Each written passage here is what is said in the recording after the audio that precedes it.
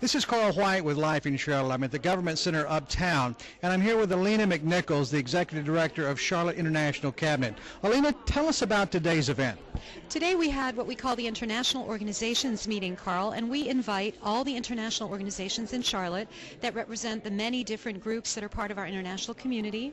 We had about 50 attendees today, and the purpose of the meeting is to give them a chance to give us feedback on issues that they see are important in their communities. Do you feel that today's event was a success? Yes, I think very much so. We broke into forums, 5 different groups that discussed topics of interest, and I think we had some wonderful dialogue that went on at the tables.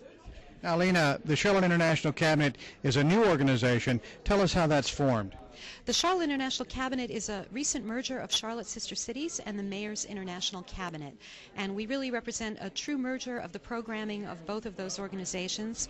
Our mission is to promote Charlotte as an international city and also to serve as a resource for the international community here in Charlotte.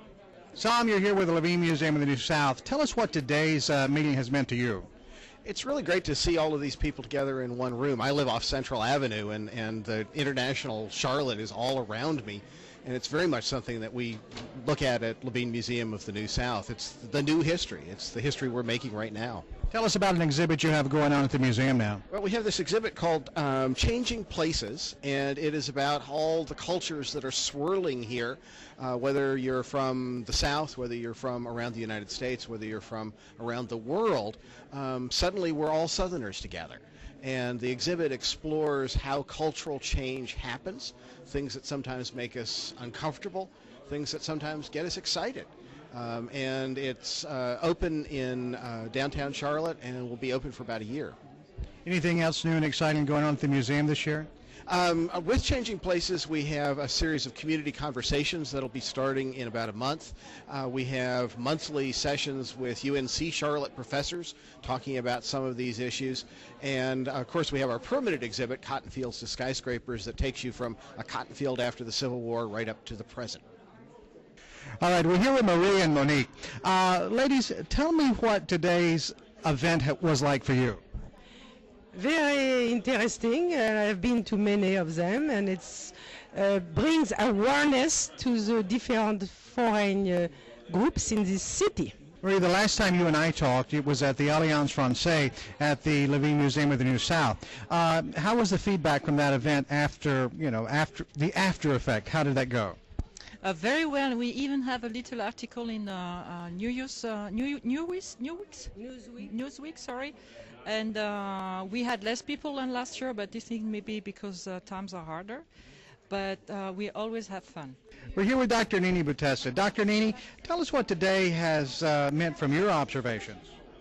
Okay, it's always a great event to bring all the different organizations, international organizations here in Charlotte.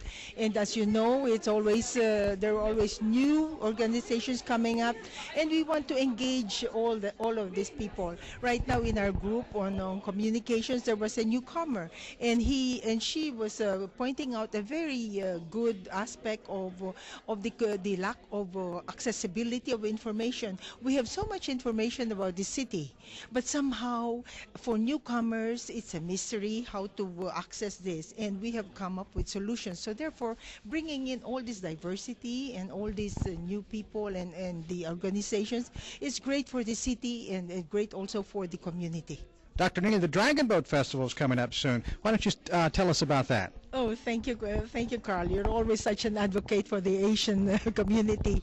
Like, we have the 10th Asian Festival coming up on May 16, and with that we have the 4th Dragon Boat Festival. You know, it has taken ground already. It's impossible that somehow from just an idea 4 years ago, we have come to have our own Charlotte Dragon Boat team, and it has been competing elsewhere in Atlanta, in Greensville, or in all the cities that we have this festival. So I hope we can invite everybody to join in, because it is such a great sport for team building, community building, and everybody's having so much fun. We're here with Doris Tan. Doris, tell me what today has meant from your observations. Today, the meeting for today, it is fabulous. It's actually my first time here, and I loved it because it actually showed that the Charlotte as a community cares as to what happens to its citizens and the people that live here. You know, we talked about education, transportation, immigration. These are all important topics for everybody that lives here, and it's fabulous to see that everybody does care and talk about it. What type of effect do you think it truly has in our community when we come together from different cultures? Is there really a positive impact? Yes, there's a synergy of all these organizations that have been here in Charlotte that, you know, a lot of us are not aware of. So bringing all these groups together will simply give us a stronger impact in the community in terms of forming as alliance, as the mayor had mentioned earlier. And so it would be a good result at the end. Yes.